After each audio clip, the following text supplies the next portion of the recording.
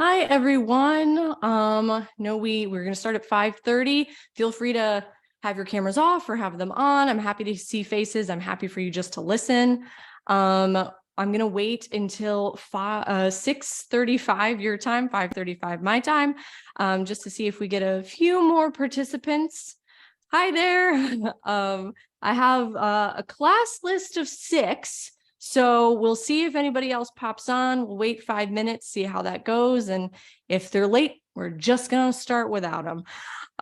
So until then, I'll just wait. If anybody wants to say hi or has any questions, we can do that while we wait. I'm going to make sure I'm recording and it looks like we're good. I do have a bit of a stuffy nose this week, so I brought my microphone. If I need to turn up the volume, you let me know and I'll do my best to also project. Right.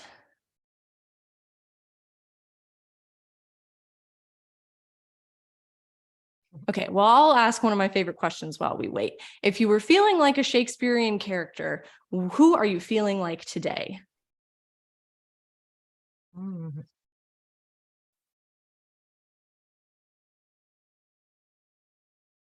Oh, I think you're on mute. Oh, and I'll admit someone else. Great. Oh, I think I can ask you to unmute. And does that do something? There, can you hear me? There we go. We're all learning. That's what the first 5 minutes is Brenda about. and Grandpa's potatoes. What's that mean, Brenda? Well, at any rate, I said bottom. Bottom. Oh, great answer. We love a Midsummer Night's Dream reference. I know. I suppose if you're going to be bottom, then I shall be Peter Quince because I am leading this merry band of misfits tonight. So anyone else feeling like a Shakespearean character before we get started? I know. Be prepared. I ask this one a lot. I know. Okay. Your answers. I'll have to do some thinking. For those of you who just joined, you're more than welcome to keep your cameras off and just listen or turn those cameras on. I'm fine either way. I'm just going to probably give us 2 more minutes and then we'll get started.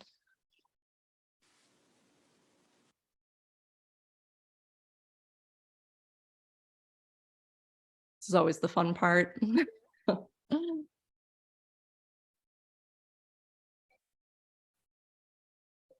Has anybody seen Romeo and Juliet before? I'll just continue to ask questions. I have, I'm sure. I know.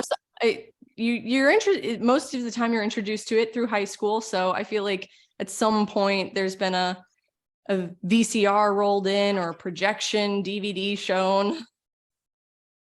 But I'm sure I've seen you all put it on. Yeah, Chesapeake does it quite a bit. So, I should say I live in Chicago, Illinois. So I have yet to see a Chesapeake production. I'm one of their virtual teachers, but I am fortunate enough to be able to see the production because I'll be out in Baltimore in March. So I'm very excited. I'll get to see the same production that all of you get to see.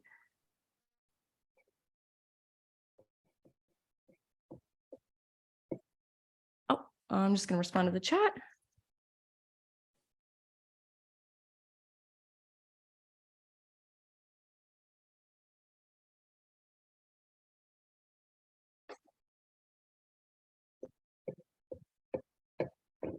Yep, everyone's allowed to participate however they feel comfortable. It's a great learning opportunity. We're going to go over lots of things. And we have another person entering the chat. So exciting. Good, class is growing. This is why we wait those 5 minutes.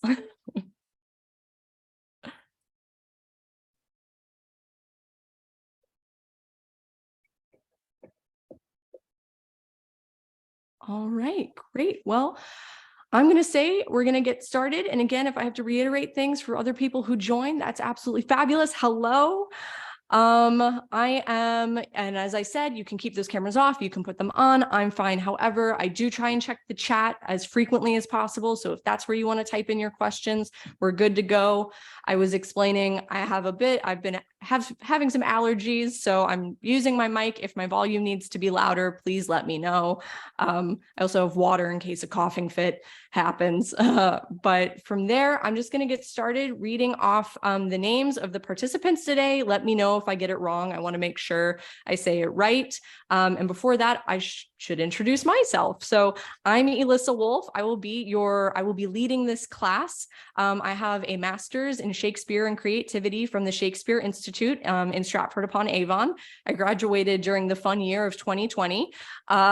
So it was a great experience. I'm very passionate about Shakespeare, so I am here to guide you through this. And if there's any questions that arise, I'm always happy to find that information. I did teach the critical analysis class for 12th night. Lots of questions come up. I use email frequently, so you can always email me if you have additional questions or something pops into your brain, and we can go over it next week, or I'll just shoot you an email. I usually, if it's a question that pertains to everybody, I'll then usually answer and everybody can see what we've been chatting about.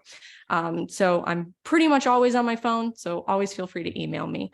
So going from that, the first person on my class roster is Anastasia, and I see you, so I'm gonna check you off. You are present. Next, I have Mary. I do not see a Mary. And then I have Stephen Martinez, and I believe that's perhaps the E. Martin screen that I have up. Is that correct? I'm gonna go with it for now. Okay, hi. Actually, no, it's not. Hi, it's Elise. Oh my gosh, thanks. I'm so glad we got that settled. Thank you, Elise. And then I have, so no Stephen. I see Miss Nancy. I'm gonna guess that's Nancy Hayworth. And then I have, is it Courtney Belser? Yep. Great. Awesome. And then I think that's our class today. So just 2 people missing. That's not too bad. And thanks for giving me all your names. So I encourage you to, you can stay muted if you want so that there's no distracting background noise. I always say though, if for whatever reason you have a question and I don't see a hand raised, just unmute yourself and let me know. Feel free to interject. I'm always happy to answer questions as we go along. I know they will always arise as some information that we're going to go over.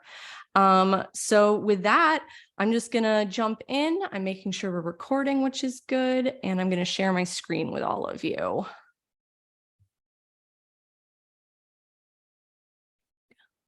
Here.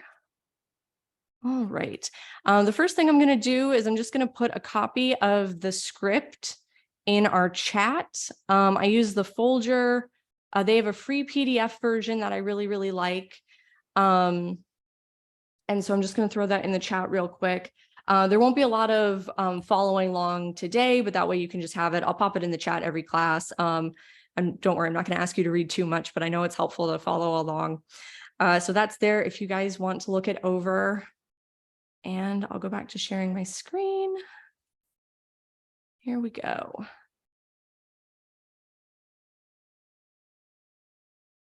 All right, there we are. So Romeo and Juliet. So before we dive straight into the plot, I just wanted to see how many people were familiar, or if you've seen it or read it, you can just raise your hands or put a thumbs up in the emoji style if you so desire. Okay, great. So we have quite a few people that are familiar with it, maybe some not so much. That's great. That's why we're here. And then I'm also going to ask everybody, and you can type this in the chat or you can say it.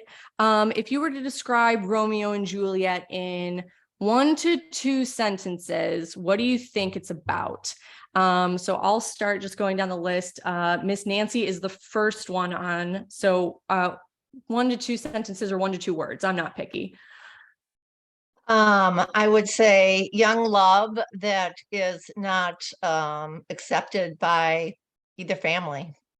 Yeah, that's good. And then I have, I do believe Anna. So it says Anna's Grand Potatoes. And so I guess I do need to know your name. It's not that. Yeah, my name is Wally Stone. Anna is my granddaughter. So I don't know what the potatoes is about. Maybe, Brenda, maybe we were cooking something on a Zoom meeting or something. You You know, know- potatoes are universal and delightful, but I'm so glad that I have your name. Okay, Wally. Wally, wonderful. So 1 to 2 sentences, 1 to 2 words, Romeo and Juliet. Yeah, okay, star-crossed lovers, I guess, or something like that. Yeah, I mean, it's a good basic starting point. Yeah. All right. And then I have Elise, if you want to answer. If not, that's fine. Irrational love, rational lust. All right. All right. We're going to explore some of that. So that's awesome. And then Courtney, if you want to hop on, you're more than welcome to. Yeah, I feel like I'm like free will always ends in tragedy. Okay, there we go. You guys are hitting on some things that we're going to explore in the theme, so I'm really excited. All right, and then Anastasia, what do you have? 1 to 2 sentences, 1 to 2 words. Oh, I don't think I have anything new, but I would agree that especially youth and first love Yeah. and tracking misunderstandings. So. All right, great. We're circling some similar themes, so that's always wonderful to hear.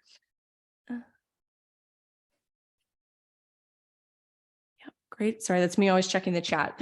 So going from there, we're going to just do a quick little plot synopsis.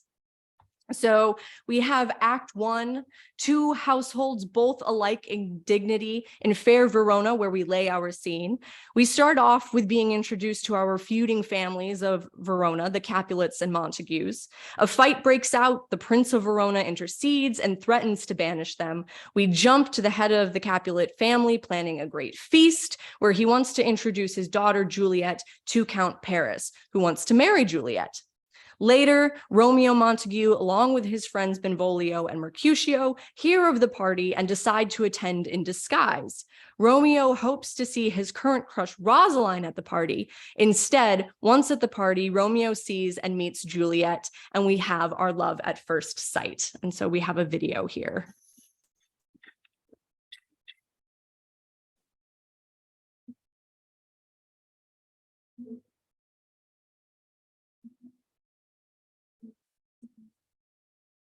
What lady is that which doth enrich the hand of yonder knight? I know not, sir. She that teach the torches to burn bright. Seeing she hangs upon the cheek of night as a rich jewel in an Ethiop's ear, beauty too rich for use, rare too dear. So shines a snow white dove, trooping with crows, as yonder lady o'er her fellows shows. The measure done, I'll watch her place of stand, and touching hers, make blessed my rude hand. Did my heart love till now? Or swear it sight, I never saw true beauty till this night. This, by his voice, should be a mark. And then we have Tybalt, who sees him at the party, which will become important later. Then we have Act 2. Romeo stays near the Capulet house to speak with Juliet. When she appears, the pair declare their love for each other and intend to marry. With the help of Juliet's nurse, the lovers arrange to marry when Juliet goes for confession with Friar Lawrence. There, they are secretly married. Act 3. Following the secret marriage, Juliet's cousin Tybalt just happens to send a challenge to Romeo in retaliation for coming to the party. Romeo refuses to fight, prompting his friend Mercutio to fight Tybalt. Mercutio is accidentally killed as Romeo intervenes to stop the fight. The anger of losing a friend causes Romeo to pursue Tybalt and kill him. Romeo is then banished by the prince. Later, Juliet grows nervous when Romeo is late to meet her and learns of the fight, Tybalt's death, and Romeo's banishment. Friar Lawrence arranges for Romeo to spend the night with Juliet before he leaves for Mantua, where he has been banished. The Capulet family grieves the loss of Tybalt, so Lord Capulet moves Juliet's marriage to Paris to the next day.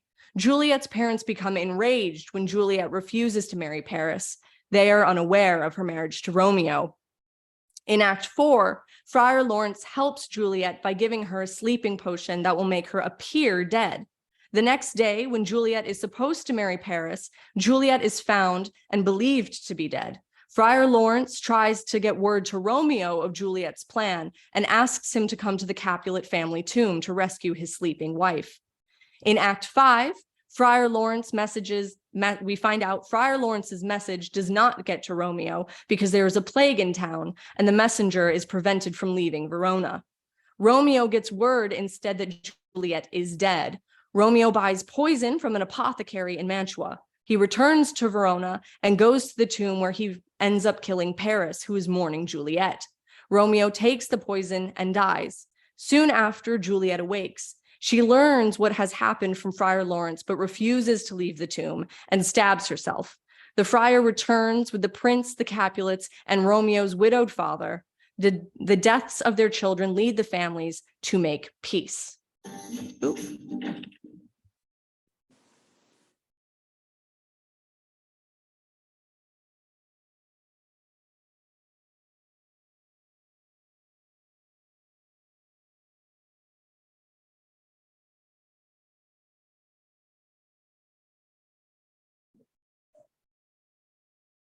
I do remember well where I should be, and there I am.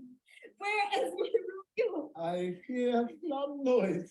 Lady, come from this nest of death, contagion, and unnatural sleep. A greater power than we can contradict hath thwarted our attempts. Come away. Thy husband in thy bosom there lies dead, and Paris too.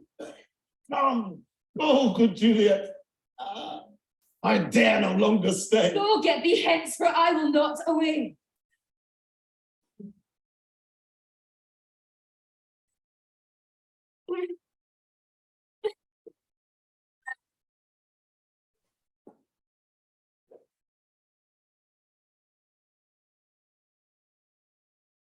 What's here? A cup closed in my true love's hand. Poison I see hath been his timeless end. Oh, Charles, drink all and left no friendly drop to help me after. I will kiss thy lips, haply some poison yet doth hang on them. My lips are warm. Yea, noise. Then I'll be brief.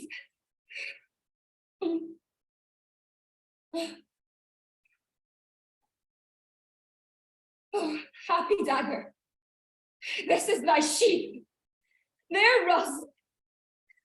Let me die.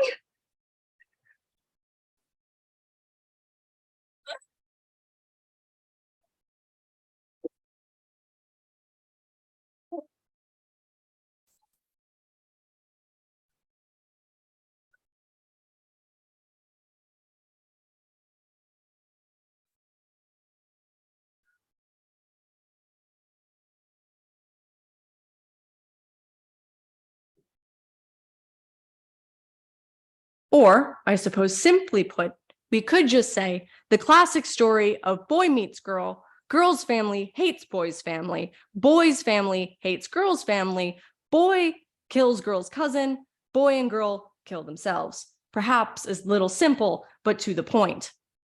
Romeo and Juliet is sometimes discussed as a tragedy that could have been a comedy, or it's 2 acts of comedy followed by 3 acts of tragedy. And it can be said the play moves forward through a series of accidents, which happens a lot in comedy. First, we have Lord Capulet sends out invitations for his masked ball, and he just happens to employ a servant for this task who cannot read. Thus, he does not know where these invitations are to be delivered. This servant happens to stop Romeo, a Montague, in the street and asks him who he is supposed to go to. Romeo sees the name of his current love on the list, Rosaline, and so he decides to turn up at the Capulet ball, a masked ball so he can go in disguise, and that's how he comes to meet Juliet. Additionally, the calamities of the play, Juliet takes a drug at the instigation of Friar Lawrence that makes her appear to be dead, and she is placed in the Capulet tomb. Friar Lawrence wants Romeo to know of the plan and see Juliet when she wakes up, but the letter that he sends to Romeo does not get through to him in time. So Romeo arrives at the tomb too soon with the wrong idea of what's happened. The whole tomb scene at the end is a series of accidents. If the characters had arrived in a different order, or Juliet had woken up just a little bit earlier, we could have had our happy ending. Our lovers are characteristic of a comedy. The plot accidents are similar to those of a comedy, yet it all ends unhappily, giving us our tragedy.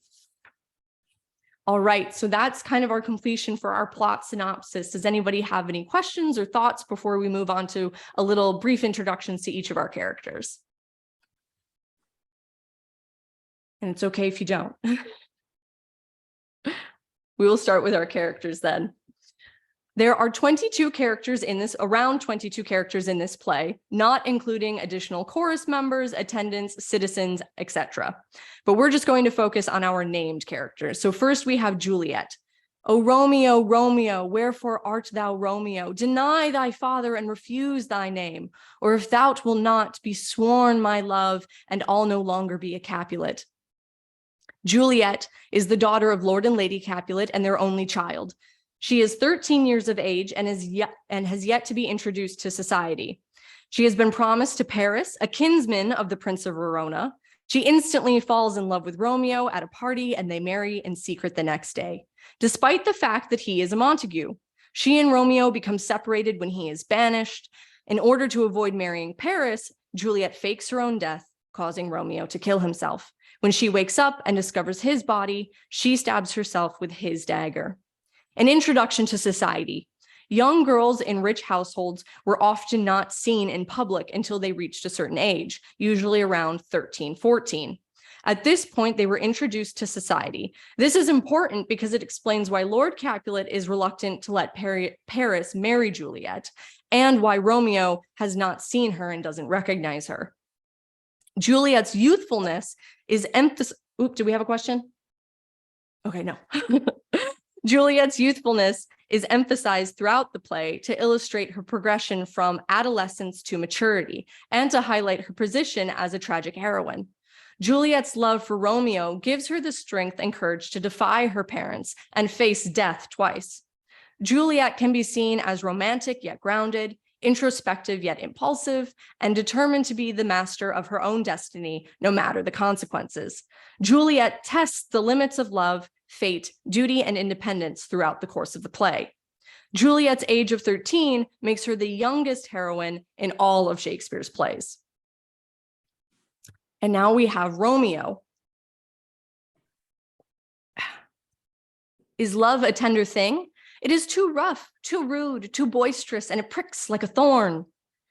The son of Lord and Lady Montague and their only child.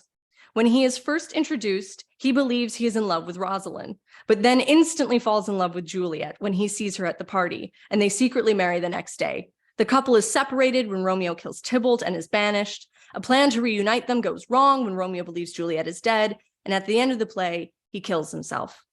He is initially presented as our comic lover, with his exaggerated statements of love for Rosaline. After meeting Juliet, he abandons this exaggerated form, and his language usually couples with Juliet's. But more on that next class when we will look at language of the play. By avenging Mercutio's death, he sets in motion the chain of tragic events that lead to his eventual suicide when he mistakenly believes Juliet is dead. Romeo can be seen as impulsive, dramatic, and obsessed with the pursuit of love. And this, the clip I'm about to show is from my favorite version of Romeo and Juliet. So I might be a little biased, but I think it's pretty great. The war in Ukraine forced my family to flee. My sister, mother, and grandmother left their entire.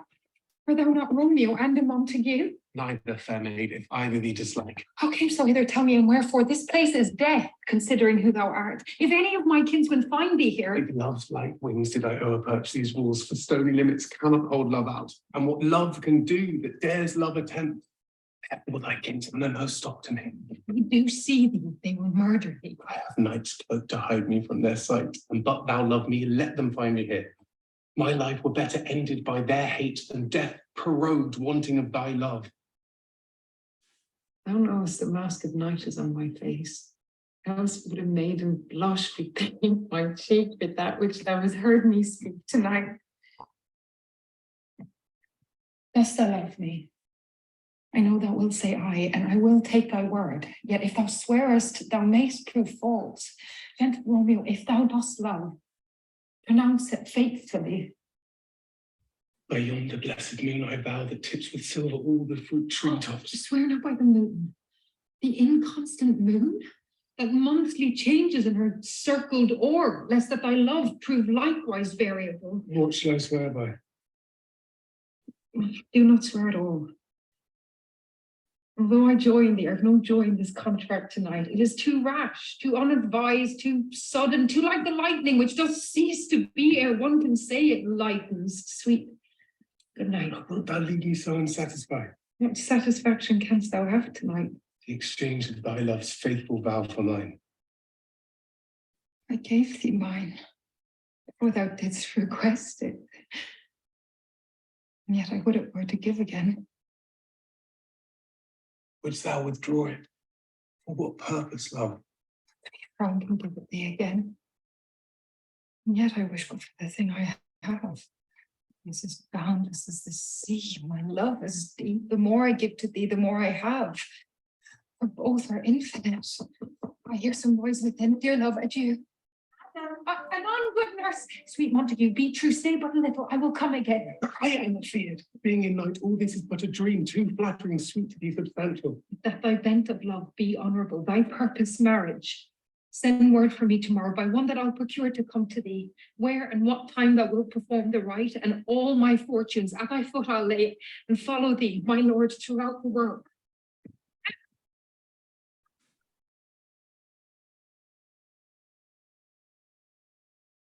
Romeo, My dear, at what o'clock tomorrow shall I send to thee? by the hour of 9. I will not fail.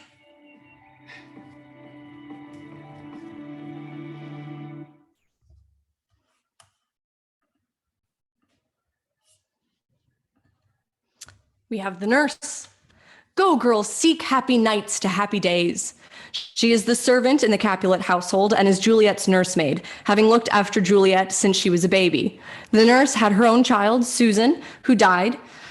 The nurse states, Susan and she, God rest all Christian souls, were of an age, while Susan is with God, she was too good for me. She acts as a confidant and delivers messages for Romeo and Juliet. Despite helping the lovers, she continually tries to convince Juliet to marry Paris.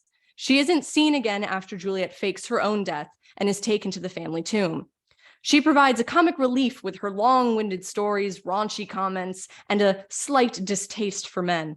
The nurse tries to stand up for Juliet when her family cuts her off. However, she later advises Juliet to marry Count Paris. This is what causes a falling out between the nurse and Juliet. Now we have Friar Lawrence. These violent delights have violent ends. A Franciscan brother, skilled in the medicinal and poisonous uses of plants and herbs, who counsels both Romeo and Juliet.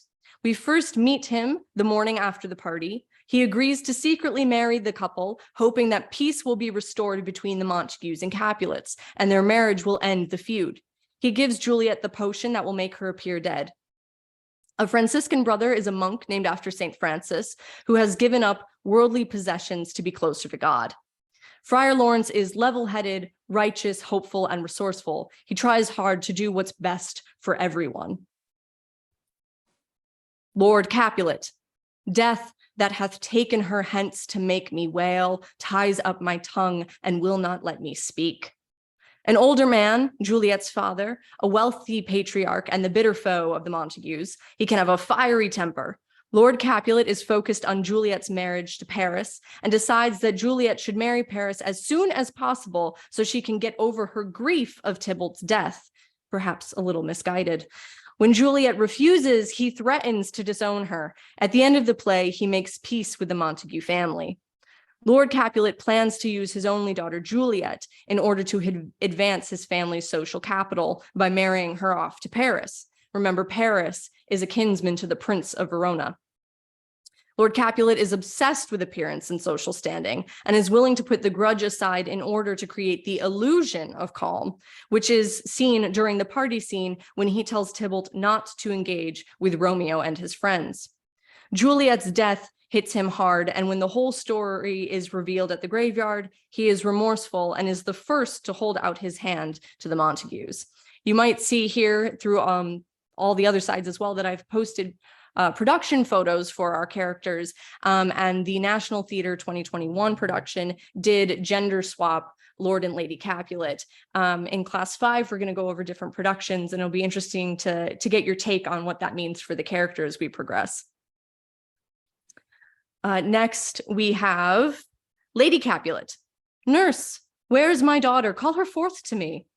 The wife of Lord Capulet, Juliet's mother and Tybalt's aunt, fairly submissive to her husband's demands, at the start of the play, she tells Juliet about Paris's marriage proposal and is excited for her. She gave birth to Juliet when she was only a few years older than Juliet is now. Let's remember, Juliet is currently 13. Lady Capulet tries to calm Lord Capulet down when Juliet refuses to marry Paris, but ultimately walks away from Juliet at the end of the scene. She is the one who finds her daughter's body at the end of the play. Lady Capulet is vengeful, and she demands Romeo's death for killing Tybalt, stating, for blood of ours, shed blood of Montague. Romeo slew Tybalt, Romeo must not live. In her relationship with Juliet, she can be seen as cold and distant, expecting Juliet to obey her father and marry Paris. She is younger than her husband and does make mock of his age in some of the fighting scenes. She is ignorant of her daughter's true feelings most of the time, and even when confronted with them, attempts to steamroll Juliet's emotions and urge her daughter to put on a brave face, accept fate, and comply with her family's plans for her. My son, the night before their wedding day, as death lay with their wife.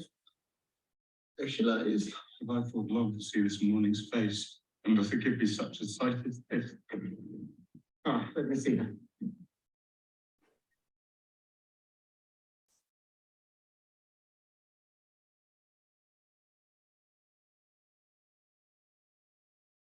Oh, nice.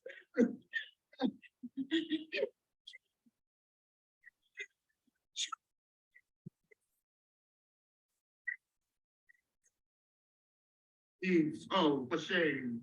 Confusion's cure lives not in these confusions. Heaven and yourself had part in this fair maid. Now, heaven hath all that there is at home. Dry her guiltiness and place your rosemary upon this fair corpse, and, as the custom is, in all her best array, bear her to church. Everyone prepare to follow this fair corpse unto her grave.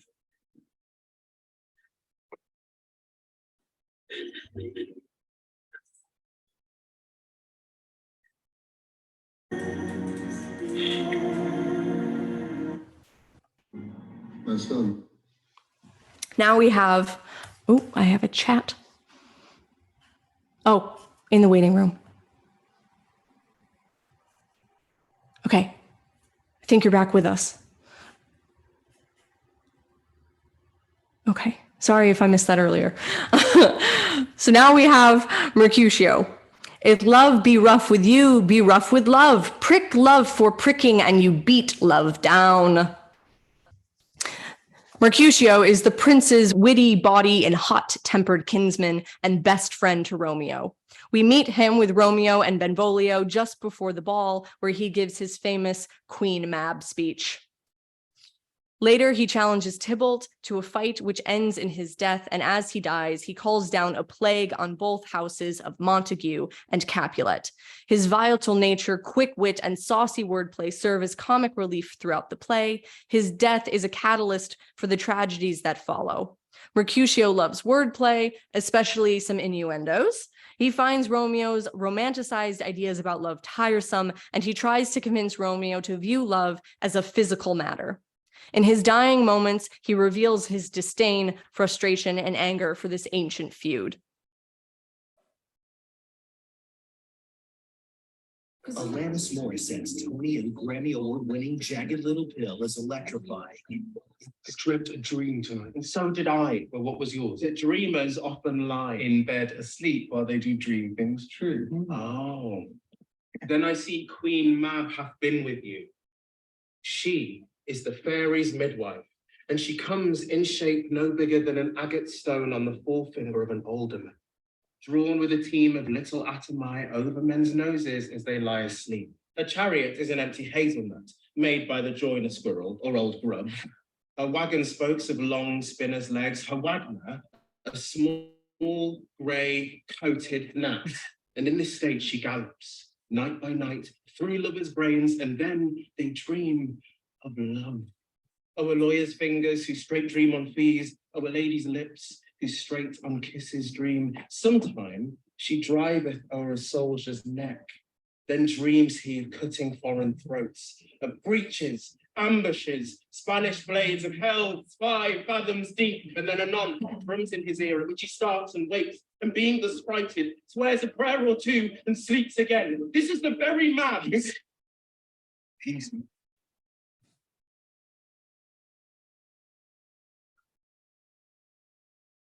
On to Benvolio.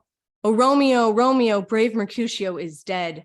That gallant spirit hath aspired the clouds, which too untimely here did scorn the earth. Benvolio is a kinsman to Romeo and is considered the peacemaker who tries to stop the fights between the Capulets and Montagues. In Act 1, Scene 1, Benvolio, I do but keep the peace, put up thy sword, or manage it to part these men with me. In Act 3, Scene 1, Benvolio, we talk here in the public haunt of men, either withdraw unto some private place or reason coldly of your grievances or else depart. He discovers that Romeo is upset because Rosalind does not love him and tries to cheer him up at the beginning of the play by convincing Romeo to go to the party where he can meet and distract himself with other women. He is present when Tybalt kills Mercutio and Romeo then kills Tybalt. And after the deaths of both of them, Benvolio acts as a kind of chorus figure explaining how these events took place. Tybalt, what, drawn in talk of peace, I hate the word as I hate hell, all Montagues and thee. Have at thee, coward. Tybalt is a kinsman to the Capulets, specifically Lady Capulet's hot-tempered nephew and Juliet's cousin. He is a talented swordsman, mockingly referred to by Mercutio as the Prince of Cats. Prince of Cats is a reference to the fable of Reynard the Fox. Tybalt is the Prince of Cats in that fable. At the start of the play, he is involved in a street brawl with the Montagues. Later, he is upset by Romeo's presence at the Capulets' ball, but Lord Capulet stops him from starting an argument. The next day, he searches for Romeo to get revenge, but gets into a fight with Mercutio. This fight, as we've talked about, causes both Mercutio and Tybalt's death. The nurse considers him to be courteous and honest and the best friend she had, though we do not see this side of him in the play. She states, "O Tybalt, Tybalt, the best friend I had, O courteous Tybalt, honest gentleman, that ever I should live to see thee dead." And this is a really amazing sword fight between the two of them from the Stratford Festival in Canada. The sound cuts in and out because of the clash of swords. So if the audio is a little off, I just wanted to explain that that is why.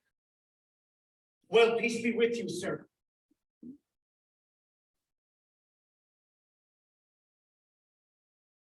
And so here we have Mercutio, behind him we have Romeo, and then the gentleman in the fun blue clothes is our Tybalt. Ratcatcher William Law, what you have with me?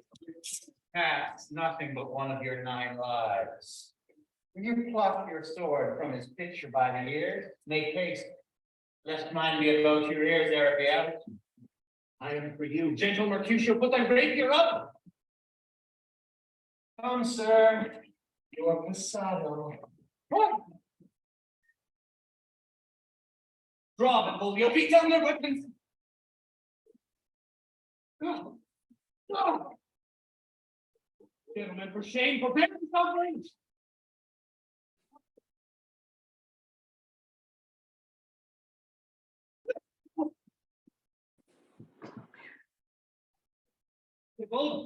Mercutio. The prince especially has forbidden his family in Verona streets.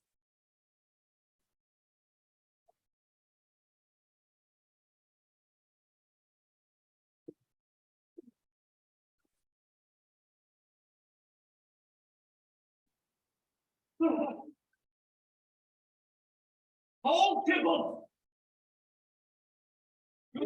No.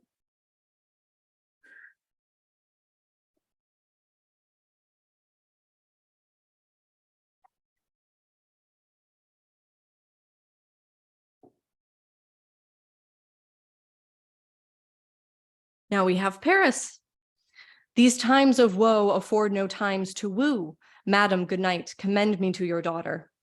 Paris is a noble kinsman to the prince and Juliet's suitor, who with Lord Capulet's consent plans to marry Juliet. We first meet him when he is asking for Juliet's hand.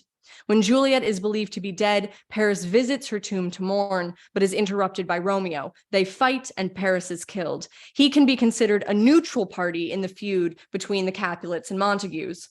Romeo fights with Paris and kills him at the tomb when Paris thinks that Romeo has come to desecrate the bodies of Tybalt and Juliet. We have Lord Montague. Thou villain Capulet, hold me not, let me go. Romeo's father and the enemy of the Capulets, both Lord and Lady Montague, are concerned about their son's behavior at the beginning of the play, for he seems withdrawn. Lord Montague reconciles with Lord and Lady Capulet after his son's death at the end of the play, promising to build a statue in pure gold to honor Juliet. He offers a gold statue to Juliet as a sign of the new friendship at the end of the play, but this can also be seen as a one-upping of Capulet's simple offered handshake. In the scene, Capulet, "Oh, brother Montague, give me thy hand. This is my daughter's jointure, for no more can I demand." Montague, "But I can give thee more, for I will ray her statue in pure gold." And now we have Lady Montague. "Oh, where is Romeo? Saw you him today? Right glad I am he was not at this fray." Lady Montague must restrain her husband from fighting with the Capulets in the opening scene of the play, and is grateful to find that her son was not involved in the opening brawl. She dies of grief when Romeo is banished. And lastly, we have Prince Escalus. "For never was a story of more woe than this of Juliet and her Romeo." Prince of Verona and kinsman to Mercutio and Paris, he represents the law and order in the city and intervenes in the disputes between the Capulets and Montagues. I think a very important question to ponder is how effective is Prince Escalus in putting a stop to the feud and the violence that happens between the Montagues and Capulets? It appears that only the deaths of Romeo and Juliet, rather than his authority, restore the peace. In the end, he does recognize his own part in this affair for not having been more severe with the feuding families, stating, "Capulet, Montague, see what a scourge is laid upon your hate, that heaven finds means to kill your joys with love, and I, for winking at your discords too, have lost a brace of kinsmen, all are punished." Despite the power expressed in his speeches, his authority seems rather disregarded. And any questions or thoughts that wraps up our characters. I'm going to have everybody have a quick little 5-minute bathroom break because I know we're going for an hour and a half and there could be a lot of information here. But before we take that 5-minute break, does anybody have thoughts or questions about any of the characters that you've been introduced to? All right. Okay, well, I'm just going to pop off for 5 minutes. And if you need to do some things, that's fine. And it's 6:13 right now. We'll be back at 6:18. And if there's any other things and you just want to pop them in the chat, that's fine too.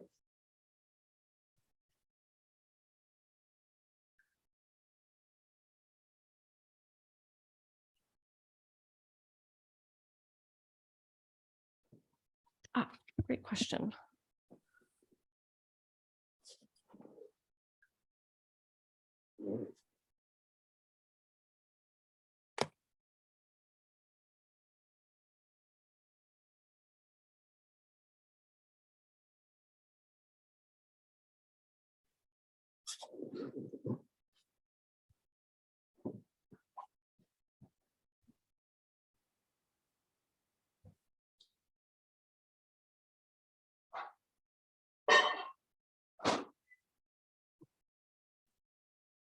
Yeah, if I'll put this in the chat too for any of those that are still listening on our little break.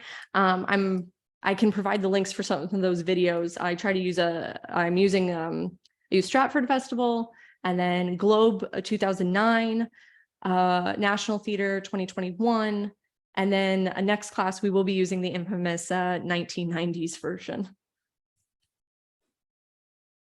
But the National Theater 2021 is a personal favorite. All right, and with that, I'm gonna just pop off for a bit. There we go. Get my PowerPoint back up here. Right, there we go.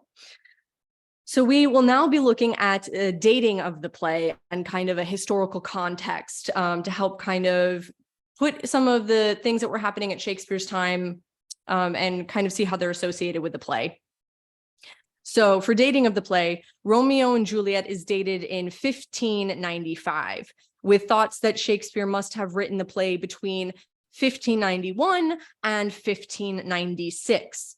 The British Library explains that the 1591 date is too early because of Shakespeare's writing style in the play. And the New Oxford Shakespeare Authorship Companion elaborates on this, stating that Romeo and Juliet seems stylistically to belong in the same period as Love's Labour's Lost, Richard II, and A Midsummer Night's Dream. And so for the publication history, the first quarto was printed in 1597, but it is considered a bad quarto. And a bad quarto being a text with a dubious textual authority, not being printed from an authoritative manuscript, sometimes based on a text reconstructed from memory by a group who knew the play on stage. This first quarto is thought to be a version of the play reconstructed from the memory of actors or an actor who first performed in the play. The bad quarto, this first quarto, is 800 lines shorter than the second quarto and has more descriptive stage directions, which is again why they think it might have been an actor, because they want to know where they're going. So they put down all those extra stage directions for us. The second quarto, 1599, and this is considered our first good quarto. And this quarto was printed by Thomas Creed, and editors believe that this quarto derived directly from Shakespeare's own written script. We have our third quarto, which was printed in 1609. This was printed from the second quarto. Yes, the third quarto, 1609, was printed from the second quarto and was printed by John Windett. And then we have our fourth quarto, which was printed in 1622. And this third quarto, this fourth quarto was printed from the third quarto. However, what's very interesting, and this is according to the British Library, there are elements of our first quarto, the bad quarto, also mixed into this compilation text, being the fourth quarto. And then we have our first folio printed in 1623, and this was printed from the third quarto, although there's a number of passages that will also appear in the fourth quarto. This is one of my favorite very nerdy things. It's very fun to look at all the different quartos and all the different editions because they have a bunch of different variations, minor and major ways that they've changed, looking at spelling, word choice, pronouns, stage directions, and passages among their characters. So if you ever have time, the British Library has printed editions of the quartos, and the Folger Library has a printed version online of the first folio. So it's very fun to look at. Then we have our source texts and inspirations. The idea of forbidden love between feuding families was not unheard of, and Shakespeare's Romeo and Juliet took inspiration from a well-known story from French and Italian literature.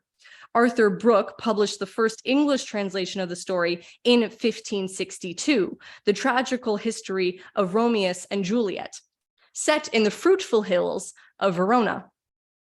On the title page of Brooks's translation, he claims to have based his work on Matteo Benaldo's 1550s version, though the British Library notes that he actually seems to have used a French translation by Boileau. And so let's look at these variations. There was one written in the 1530s by Luigi da Porta and another in the 1550s by Matteo Benaldo. These told the story of Romeo and Julieta and their feuding families, the Montecchi and the Cappelletti. They shared the details of secret wooing, marriage, the helpful nurse, the friar's potion, the lost message, and the tragic ending of the suicides in the tomb. There was also that French version in 1559 written by Boileau. Boas too took some artistic liberties and altered the ending surrounding the couple's death. In comparison to the Italian versions, his ending gave the couple a short time together in the tomb before they died, as well as having Romeo die before Juliet wakes. Brooks, in 1562, his version is considered a faithful translation of the French and is considered to be the direct source for Shakespeare's own telling of the story.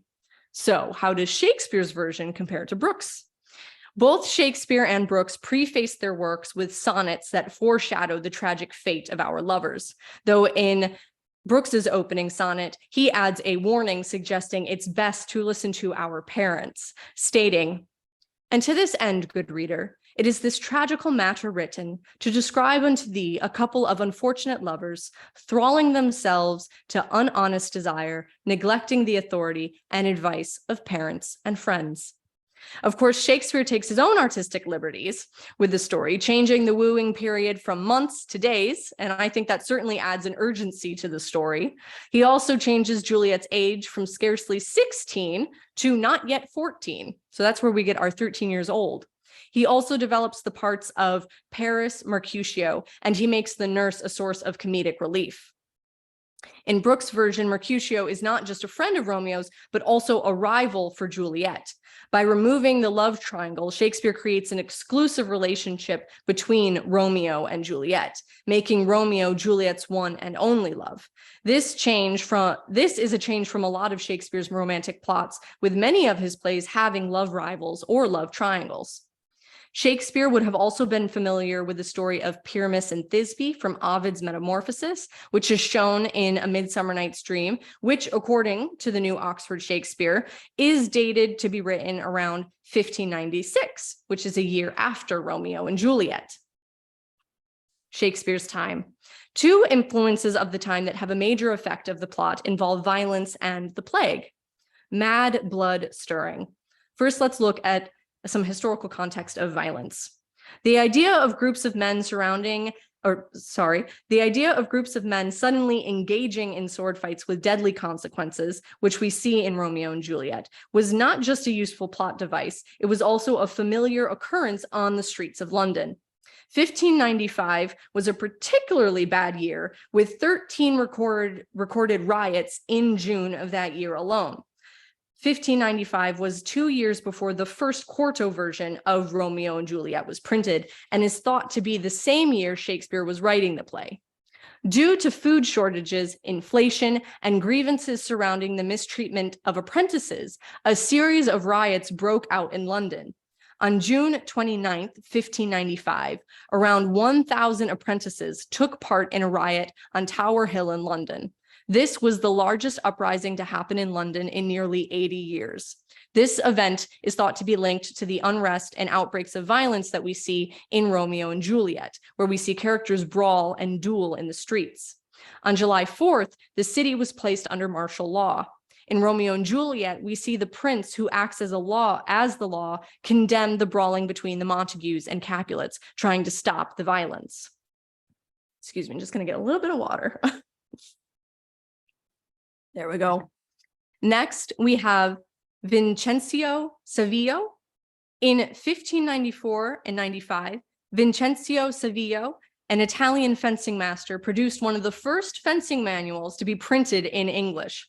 Savillo taught at and later took over an Italian fencing school in London's Blackfriars district, thought not to be too far away from the Globe. Savillo and his book helped increase the popularity of fencing and dueling in England, as it was still considered a novelty in the country. Fencing and dueling was seen as a way to resolve quarrels and defend points of honor. Dueling was a common cause of death in Shakespeare's England and seen throughout Shakespeare's plays. Romeo and Juliet illustrates how dangerous dueling can be. We see both Mercutio and Tybalt meet their demise due to dueling. Romeo's side fights in the English style, while Tybalt uses the new Italian techniques, observed by Mercutio. A duelist, a gentleman of the very first house of the first and second cause. Ah, the immortal passado, the punto reverso, the hay. The passado is a lunging sword thrust. The punto reverso is a backhanded thrust, and a hay is a thrust that hits its target. In Italian, you have it. So let's take a look at the plague. There were at least 5 major outbreaks of bubonic plague in London during Shakespeare's lifetime. Those particularly severe outbreaks of plague occurred in 1582, 1592-93, 1603-04, 1606, and 1608-09. It is estimated that the 1592-93 plague outbreak claimed the lives of at least 10,000 Londoners. Theaters were closed as a preventative measure since they attracted large crowds in proximity. The 1592-93 plague at one point did decline enough to open the playhouse doors again for the Christmas season, but it wasn't until the autumn of 1594 that normal life began to return. We know that 1595 is the year associated with the writing of Romeo and Juliet, and the plague appears as an actual event in the play. In Act 5, Scene 2, Friar Lawrence asks a fellow friar, Friar John, about the letter he had him deliver to Romeo, exiled in Mantua. In a few lines, Friar John provides some crucial information. Friar John, going to find a barefoot brother out, one of our order to associate me here in this city, visiting the sick and finding him, the searchers of the town, suspecting that we both were in a house where the infectious pestilence did reign, sealed up the doors and would not let us forth. So that my speed to Mantua there was stayed. It is revealed Friar John and his companion were thought to be infected and subsequently quarantined. The searchers of the town, suspecting that we both were in a house where the infectious pestilence did reign, sealed up the doors and would not let us forth. Searchers were women hired by the council to brave houses of disease, going from house to house, diagnosing and quarantining plague victims during outbreaks. Searchers had the authority to seal up houses and their inhabitants for up to 6 weeks.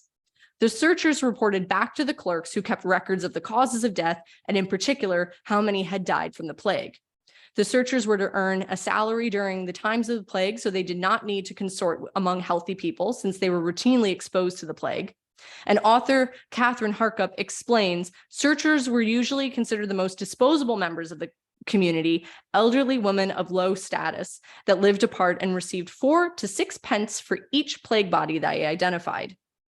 In that same scene, Friar Lawrence prompts further, but who bear my letter then to Romeo? And he receives the following answer, I could not send it. Here it is again, nor get a messenger to bring it thee. So fearful were they of infection.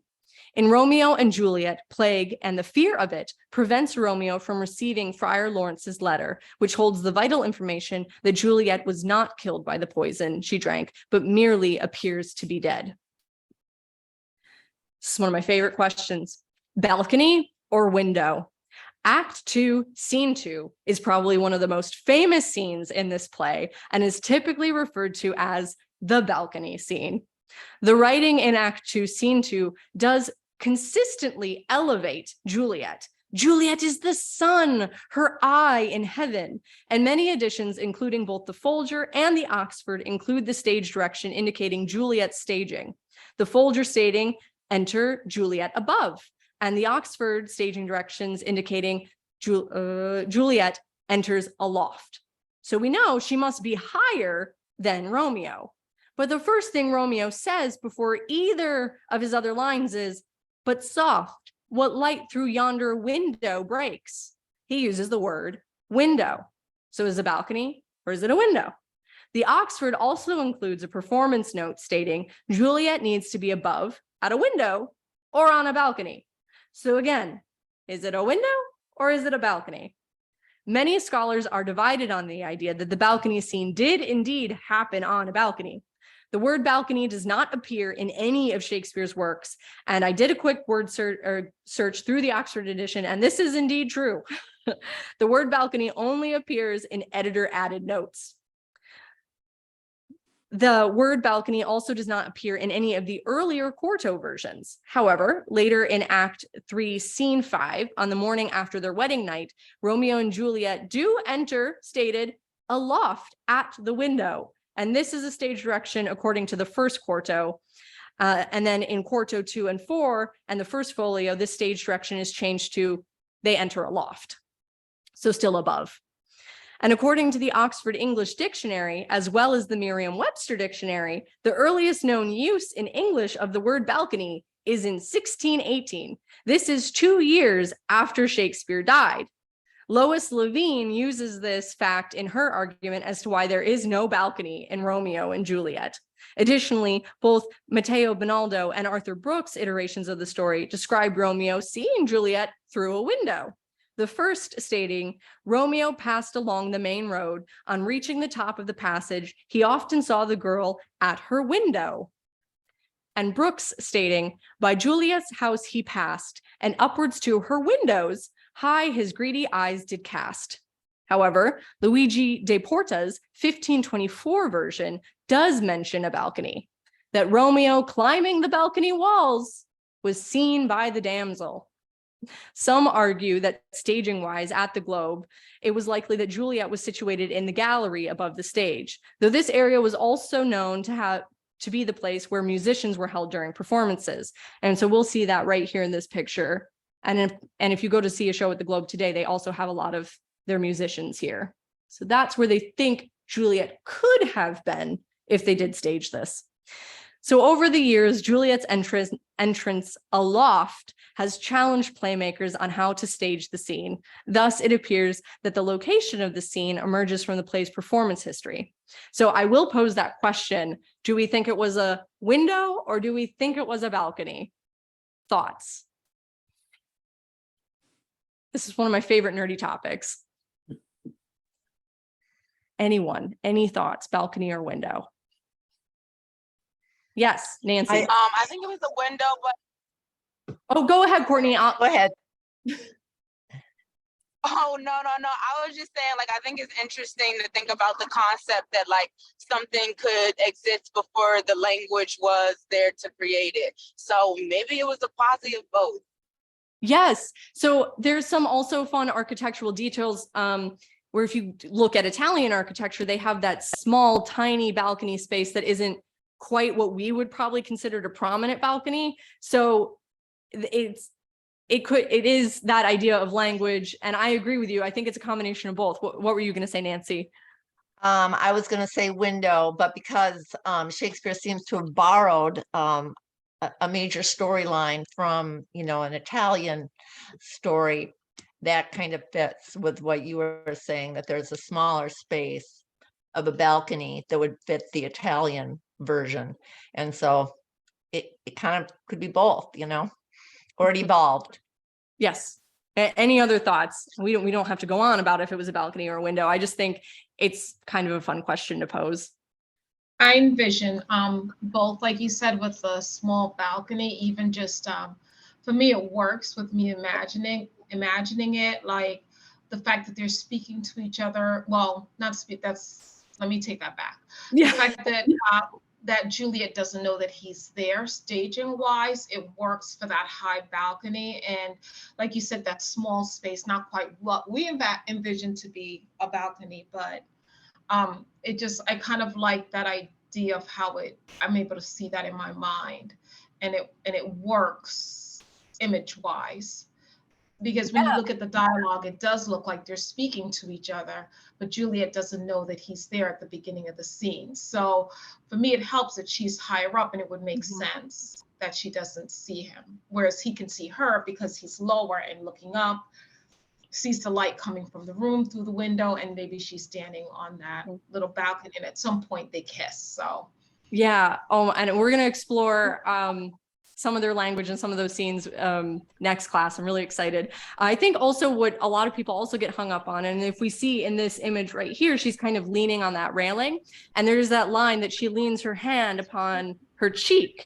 And so that, it makes you think she's resting on something. And so unless the window is like really high, you kind of think of like a balcony railing. So I think all of those things kind of combine to like where we get the idea that a balcony does make sense. But I just find it a fun question to pose. And I do think it would be very curious to try and see a version where she's just at a window, because I also wonder how he's going to climb up there. And there's a lot of extra questions. And I think the balcony kind of helps simplify that as well. All right. So next we're going to look at the setting of Verona. So in Romeo and Juliet, Shakespeare plays on the idea of Italy as a land of city-states, each with its own separate rules and qualities. He creates the impression of a place with its own rules and customs likely to always descend into chaos. Shakespeare used the fact that different Italian cities were often within easy reach of each other. In Romeo and Juliet, we go from Verona to Mantua. Mantua is close enough for Romeo to be banished to, but far enough away that a horse is needed to make the journey. Many of Shakespeare's plays take place in Italy, and thanks to Folgerpedia, they have kindly provided a list of the settings of Shakespeare's plays, and the following do take place in Italy. We have The Taming of the Shrew, Two Gentlemen of Verona, The Merchant of Venice, Much Ado About Nothing, Titus Andronicus, Julius Caesar, Othello, Coriolanus. The Winter's Tale starts in Italy before moving to Bohemia, and then lastly, of course, Romeo and Juliet. The setting of Verona inspires the use of Italian cultural elements, with the masquerade at the Capulets showing influences of Carnival. The masks used during Carnival allowed wearers to hide their identity and be removed from social differences. Wearing a mask created the idea of freedom and opportunity, allowing masked participants to remain anonymous and to let go of their inhibitions. Shakespeare uses the carnivalesque elements of reveling and the masks for the ball at the Capulet's house. This links back to the Italian location where festivities permit the concealment of identity. Shakespeare used this mask motif in a few of his plays, with the situation often involving a patriarchal family structure in an urban environment. We see this same idea used a little bit in Much Ado About Nothing, where our lovers are able to meet without the influences of their fathers. The masks give Romeo and Juliet the chance to be introduced when they might not have been able to otherwise. Additionally, masks were a common feature of entertainment in early modern Italy. Traveling troupes of masked commedia dell'arte players performed stylized body scenes at carnival time in Venice. Commedia dell'arte is a theatrical form characterized by improvised dialogue and a cast of colorful stock characters that emerged in northern Italy. All the stock characters in Commedia dell'arte, except for Pedrolino and am I going to get this right? Innamorati? I think we're going to go with that. Those are the only two that do not wear masks. And so here I provided an image of two of our Commedia dell'arte players, and they are both wearing their masks. And then I've included some different photos from productions of Romeo and Juliet, where we also see that mask motif in those scenes. I've also seen some very fun modern productions that make it a costume party, which is fun, but I think we like that masquerade Italian influence. And so now we have climate. I pray thee, good Mercutio, let's retire. The day is hot. The capels are abroad, and if we meet, we shall not scape a brawl. For now these hot days is the mad blood stirring. Benvolio utters these words, worried about the effect the hot days might have if they run into the Capulets. We again see heat linked with anger when Lord Capulet becomes enraged by Juliet's defiance in marrying Paris. Lady Capulet comments, "You are too hot." Lord Capulet responds, "God's bread, it makes me mad." Shakespeare's heated language appears throughout the course of the play. The prince that quench the fire of your pernicious rage. Romeo, being purged of fire sparkling in a lover's eyes. Romeo, oh, she doth teach the torches to burn bright. This bud of love by summer's ripening breath may prove a beauteous flower when next we meet. Romeo again, and fire-eyed fury be my conduct. Likewise, the author, Sophie Chiari, believes Shakespeare links Juliet's name with these hot days of summer. Earlier in the play, the nurse comments, "Come Lammas Eve at night shall she be 14. Lammas is the day of August formerly observed in Britain as the harvest festival. So Lammas Eve would be July 31st. This links Juliet with the summer month of July. But what about her name? In a series of ramblings made by the nurse, she repeatedly poses a question and then provides an answer. Wilt thou not, Jewel? And by my hoodlum, the pretty wench left crying and said, I. Wilt thou not, Jewel? Quoth he, and pretty fool, it stinted and said, I. Wilt thou not, Jewel? It stinted and said, I, Jewel, I, July. Sophie Chiari uses these lines and explains the name Juliet is clearly derived from July, the month of her birth, even though she is already called Juliet in Brooks's tragical history of Romeus and Juliet and Giulietta in Bonaldo's earlier story. In order to probe the limits of normalism, Shakespeare keeps the original name and then creates a rich background in which its meanings and connotations may be multiplied. In Romeo and Juliet, Shakespeare highlights Verona's blazing heat in difficult climatic conditions, which result in an upsurge of violence.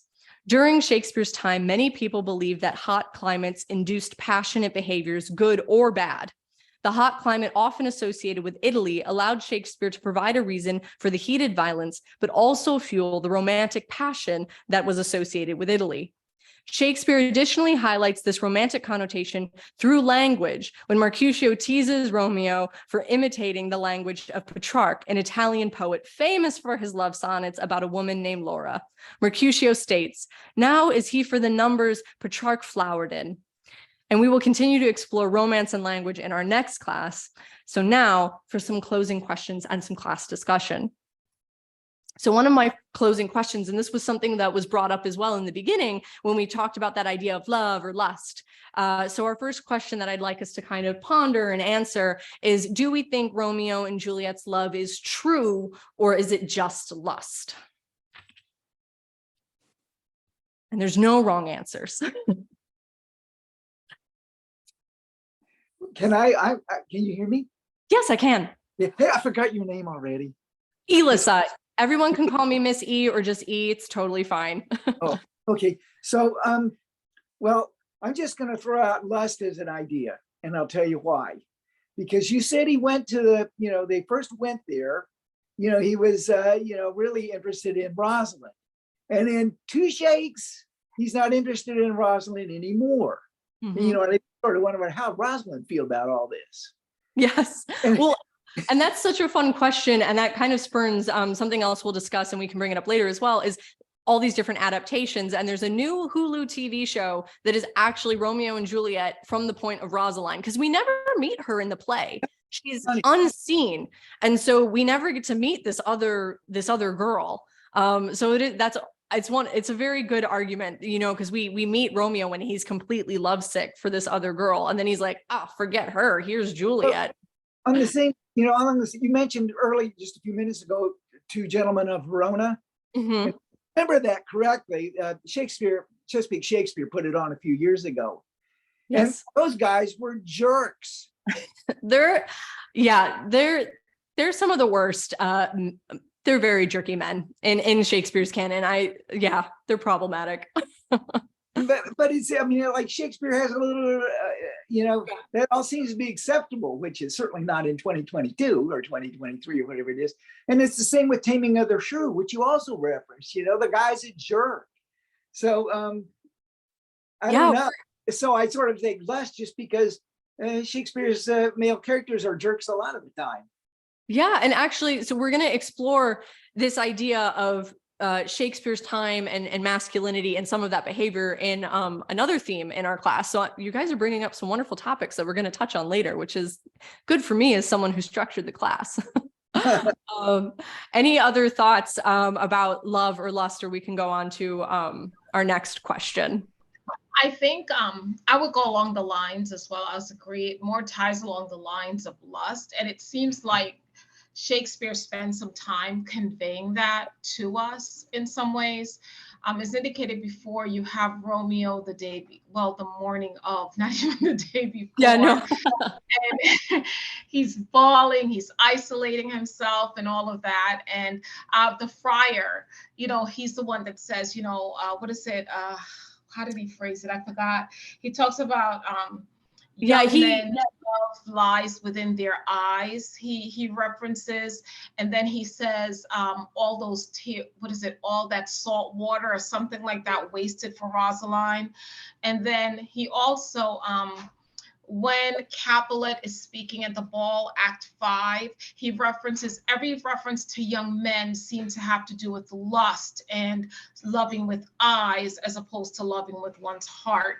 And there's a reference that I think it's Lady Capulet may have made when Capulet says, well, look, I'll take care of everything for the wedding. And there's that reference to staying up all night or something like that when he was younger. So it seems like they associate, like there are few associations throughout the play of being young and lust as opposed to young and love. And then you can see that through Romeo's really rash decisions. Like maybe he's in love with the idea of love and loves that person who loves him back. Because then, as was stated before, where was all this invested emotion in Rosaline? It just kind of dissipated. And it's not like he still has a pining for Rosaline. It's like you said, she is a non-issue. She doesn't exist anymore after Juliet comes in the picture. Yeah, no, I'm so excited to explore this topic because I think it's that fun question that it gets posed a lot when we have our young lovers, and we always think of Rosaline and this idea of, not only does Shakespeare mention Petrarch in the actual scene, and Mercutio is mocking that idea of love, but Romeo does exhibit the behavior of a Petrarchan lover. And we see that in a similar sense if we look at Twelfth Night, because we have Orsino at the beginning of that show, even, being just so upset about his unrequited love. And so we see it as a trope a lot that Shakespeare uses. We're going to talk a little bit about that idea of romance and language in our next class. And so I'll be curious to get your thoughts after I lay out, we'll say maybe kind of a counter argument. So I think this will be really great. So moving on to then the next question, the cause of the ancient grudge between the Montagues and Capulets is never explained. So why do you think Shakespeare chose not to tell us what it's about?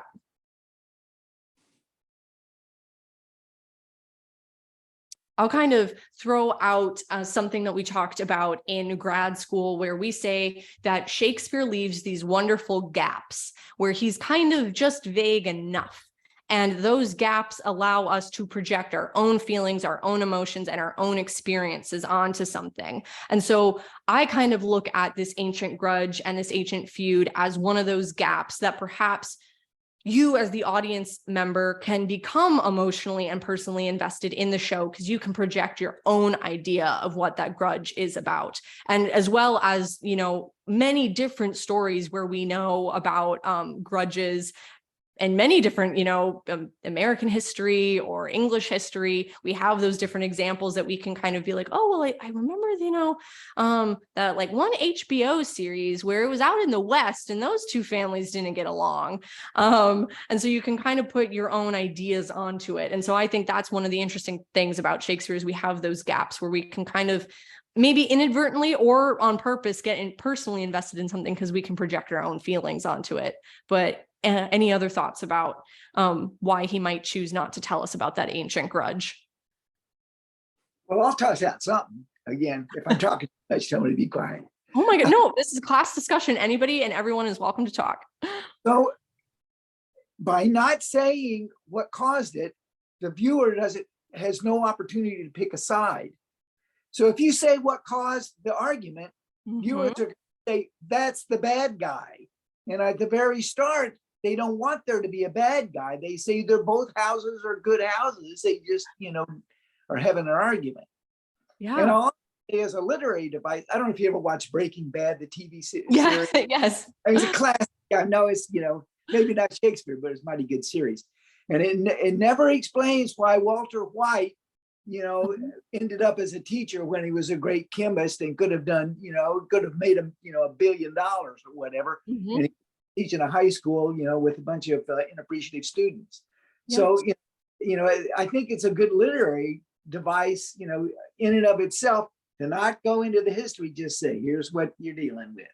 No, I think that's a wonderful point. Exactly. Like, we can't, as you said, choose a side. So we then can also just focus on who the story is about, Romeo and Juliet, and not who was right and who was wrong and why these families are still mad at each other. We just know that they've been mad at each other for a very long time. I think that's a wonderful point. Anybody else have any other thoughts? All right, well, great. Then we'll just move on to question 3, which is kind of, a fun open-ended one of which characters are guilty of acting hastily or foolishly in this play?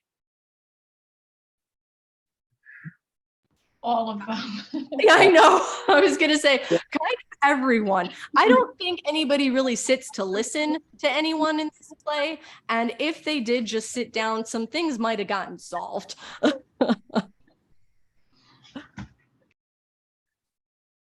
Any other thoughts? I know we're at 6:52, so we're almost at time. And if no one has any other thoughts, I'm happy to let us go early. I did want to ask just one thing before we go. As today I showed many different examples and different scenes from various productions of Romeo and Juliet. I like to try and put those different videos throughout class so that you can kind of see, with the Shakespeare Stratford Festival, we had something quite traditional with our sword fights. And then, the National Theater is a little bit more modern. And we will be looking at the 1990s version next class, because how could we teach Romeo and Juliet without Leonardo DiCaprio? I do not know. But if there's any productions or adaptations that anyone is interested in me highlighting or putting in the PowerPoints, I'm happy to do so. Class 5, as I said, Ron is going to provide us with some great photos of their current production and their set design and all that kind of stuff, so I can kind of explain the direction that they're heading. But if there's productions that you're interested in, I know right now there's the musical adaptation and Juliet that's on Broadway. I'm going to kind of look at that one as well. So if there's productions or thoughts, I'm happy to write them down right now, or you can email me and we can take a look at those productions in that last class. And I can also sprinkle out examples throughout the course. I have a question about one of the clips that you showed. Is the version, you indicated it was from the National Theater 2021 version. Is there a full version of that available online? Yes. And like I said, it's my favorite. You can actually rent it through their National Theater at home. So they have a rental streaming service now that they created during the pandemic. And so you can rent it straight from them. I also believe that PBS Masterpiece partnered with the BBC for that production, and you can get it through them as well. Okay, great. Thank you. Yeah, of course. There's also Simon Godwin is the director of that production. He's also the artistic director at the Shakespeare Theater Company in Washington, D.C. He is from England. That's where he was born and raised, and he ran a few theaters over there.